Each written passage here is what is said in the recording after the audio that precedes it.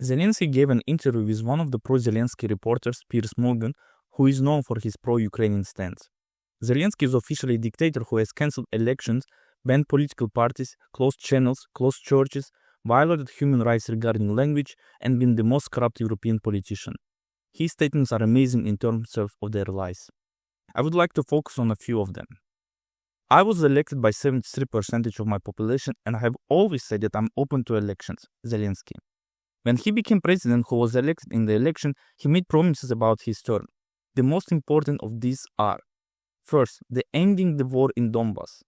Zelensky promised to end the conflict in eastern Ukraine during his presidential term. He emphasized the need for a peaceful settlement and the return of temporarily occupied territories. Second, people's sovereignty. One of the central promises was the introduction of the principles of people's sovereignty. Zelensky planned to introduce a bill on people's sovereignty, which was supposed to ensure broader citizen participation in decision-making. He also announced a nationwide survey to find out citizens' opinion on important issues. Third one, fight against corruption. Zelensky promised to fight corruption and reduce the influence of oligarchs on politics. He intended to introduce laws that would facilitate these changes. The last one, social reforms. He promised to improve social security for the population, including raising salaries for teachers and doctors, as well as introducing mandatory free annual medical examinations. As of 2021, according to the Committee of Voters of Ukraine, Zelensky has fulfilled only a small part of his campaign promises. Of the 30 stated promises, only 9 have been fulfilled, including laws on the impeachment of the president and the lifting of parliamentary immunity. In his term, he allowed a war to happen, cancelled elections. Corruption is at its highest level. He is selling all the land and important assets in Ukraine to the West. And now people are afraid to go out because they could be illegally drafted on the streets and no police or lawyers would help. Zelensky doesn't want an election in which he would lose 100%. That's why the war was the only way for him to remain in power. Morgan, Tucker Carlson said that you are a dictator, just like Putin. Zelensky, the ban on the church is a Russian narrative. My dictatorship is Putin's narrative. Unfortunately, this blogger or journalist, whatever he calls himself, repeats these narratives. What does he want? He works for Putin. He wants to humiliate me to Putin's level.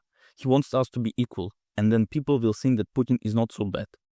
On August 24, 2024, Ukrainian President Volodymyr Zelensky signed a law that bans the activities of the Ukrainian Orthodox Church of the Moscow Patriarch and other religious organizations associated with Russia.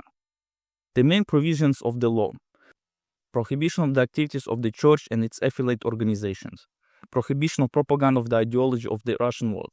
The communities of the church must sever ties with the Russian Orthodox Church within 9 months after the law comes into force. Now in churches in Ukraine, there are culinary shows, concerts, and even conferences by Zelensky. Everyone is afraid to mention it, but everyone knows it. I'm not afraid to speak out about it.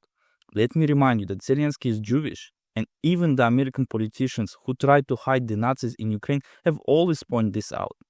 This doesn't mean Jews are bad, but it doesn't change the fact that Jewish Zelensky has banned Christian churches and is holding culinary shows and conferences there. Zelensky, today we cannot return all our territories. We are adequate people and cannot lose millions of people for the sake of a result that is not yet a fact that will happen. Interesting. Then why do you continue with the war? Why do not you officially request negotiations? Because as we have previously seen, war is the only way to stay in power for him. Without power, he is nothing. Without power, his head will be lost because he knows about all the corruption in the West. Zelensky, about 45,000 of our people died in the war. I want to look at the faces of people who believe this statement. I'm sure I will see some old people who read the BBC and CNN every day. I am confident I don't need to explain this lie. Zelensky, as for the murderers of political opponents, there was one person. His name is Medvedchuk.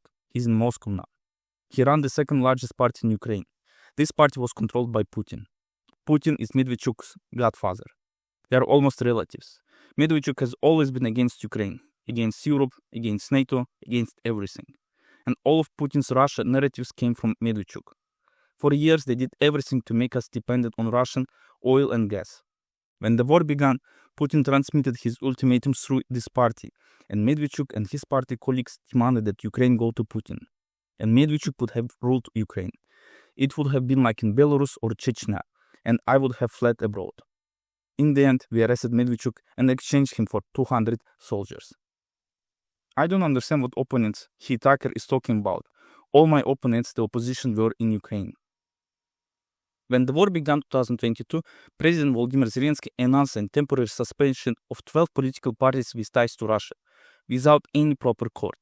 He simply banned the parties. On 2nd February 2021, 1 year before the start of the war, Zelensky imposed sanctions against 3 TV channels, News 1, Zik and 112, in order to stop their broadcast. These measures were aimed at blocking the assets associated with the channels which are linked to Taras Kozak from the Verkhovna Rada, who represent so-called pro-Russian opposition party called For Life. It's ironic that this party still exists in parliament because it's under Zelensky's control and votes according to his needs. Zelensky. This war has enriched the United States by billions in revenue and provided invaluable combat experience. Golden statement. It reveals the reality of what is happening in Ukraine. A dictator willingly allows war on his country's territory, announcing benefits to other countries that do not lose soldiers, while his people die every day. So pro-Western and democratic.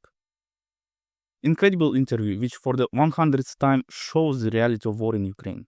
The dictator holds his power to sell his country and all its territories to the West, while people die every day in war.